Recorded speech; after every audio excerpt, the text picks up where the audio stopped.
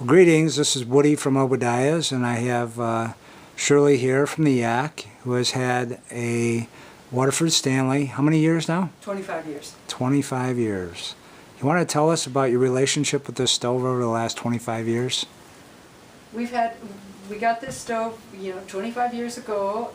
We have used it every day, winter and summer, for all of those years. It's got a fairly large firebox. We load ours from the top, and we can put enough wood in it to hold the fire overnight, and we here in Montana only have softwoods to work with. I have been able to put wood in here and set the stove so that I can bake a turkey for 8 hours and not have to reload it with wood. But it just takes experience learning how to use the tool. The one thing about the Waterford is because the oven is heated by the smoke going around the outside, the smoke actually comes down here and under the stove and exits underneath the oven and out the chimney.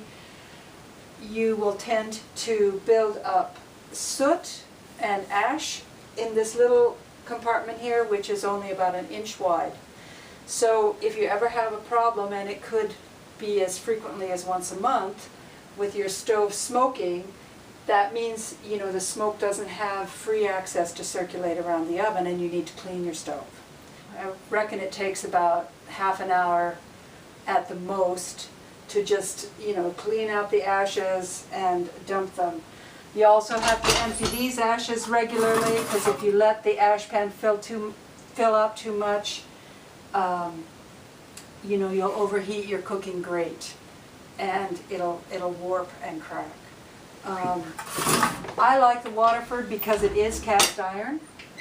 So once it starts to hold, once you've got it warmed up, it heats. The stove itself is just warm. When we wake up in the morning, I cannot put my hand, after just holding a fire overnight, I can't hold my hand over the firebox. It is insulated. These two doors are, well, all of these doors are insulated. This side is also insulated so that, when you're working here cooking, it's not too bad. The oven is smaller than standard American stoves. It's only 15 inches deep, 15 inches wide. That's rounded. Specs are somewhere. So you do have to have a smaller than average cookie sheet. I can only fit 12 cookies on a cookie sheet per shelf. The oven will hold 4 loaves of bread. And so you end up scraping the ashes down this side. This has been recently cleaned, so there isn't much here. And then you have to reach in here, and all around the hole underneath of the stove you scrape the ashes to the front and into the ash pan, and then you just take them outside and throw them away. I would say it's about once a month. You have to clean it. In the winter time, when you've got a better fire, you can probably get 6 weeks. We'll usually put a full round of lodgepole in at night on a good solid whatever we had left over from fixing dinner, and that'll hold it all night long. So that's 8 hours easy. And I did come home one day to a cold stove, an absolutely cold stove, and with good wood, we were able to get the oven temperature up to 350 degrees in about 45 minutes. And like any stove, like any Cookstove, this gauge is just to get you in the ballpark. It's not actually the temperature in your oven. So you always have to have a separate oven temperature or thermometer in your oven so you know exactly what you're working with. All those old-timey recipes from our grandmothers said slow, medium, and hot. They didn't really go to 350 degrees. You just kind of have to work it out. So how long did it take you to get through the learning curve, do you think? Well, I had a Cookstove before I got this Cookstove. I don't know. a year, because you've got to go through all the seasons, and because it's going to respond differently with every season, with every different kind of wood. But probably a year. And just being, you know, you have to understand the chemistry of cooking as well as what your stove's doing. So you have to kind of care. You can't just go by the recipe and toss it in there. So when you start the fire, this handle, which I think still comes with the stove, when you put it in this back draft, it mimics the draft that's underneath it. So when you open it like this, then your fire's right here, and your smoke is going directly out the chimney right here. So that's how you always start the stove. And as I said earlier, you want to have a good solid fire going before you're trying to circulate around the oven. So once you've got a good fire going, then you can close this draft, and your fire then begins to go around the oven, or your smoke goes around the oven, circulates around, and exits from the bottom, which it exits the oven right here and comes up and joins the chimney. So that's how you get the oven going. This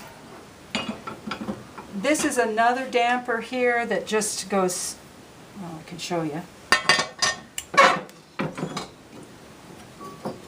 There's another damper right here that you can utilize to slow your fire down over the oven or speed it up.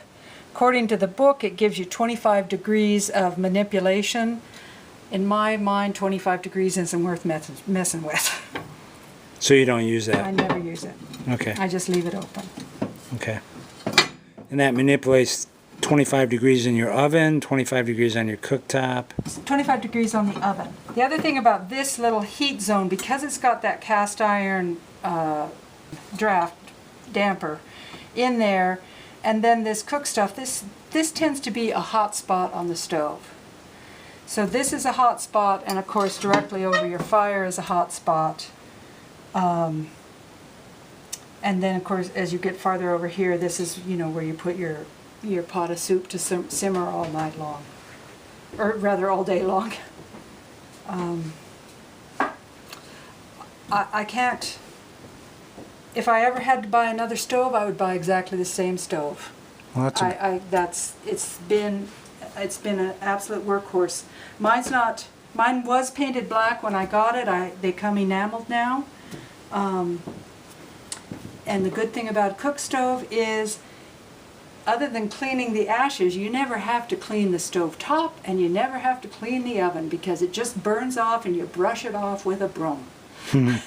So they're the best. This stove makes all of our hot water. wow. And so it does run every day of the year, 24 hours a day, unless we're gone. And so besides all of our cooking and baking, it makes our bread and makes our hot water. Can you demonstrate how it makes hot water? The hot water jacket is built on the back of the firebox, and so that is exposed to the flame. And that's the original one for 25 years. Yes. Wow. Yes. And then, let's see, our hot water tank above the stove. Mm-hmm. This all operates by thermosiphon. There's no pumps or anything involved. The coldest water from the tank comes through this pipe and enters the bottom of the hot water jacket. As that heats, it naturally rises and goes up to the very top of the hot water tank. So it naturally circulates on its own, always putting the hottest water at the top and the coldest water at the bottom, and circulating. And then when we take a shower or do the dishes, we draw the hot water off the top of the tank.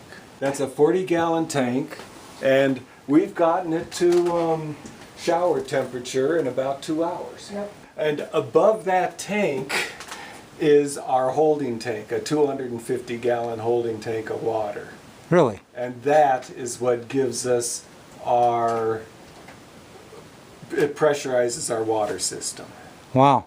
And so if that holding tank ever emptied, then it would still remain water in the hot water tank that couldn't be removed, so the water can never overheat.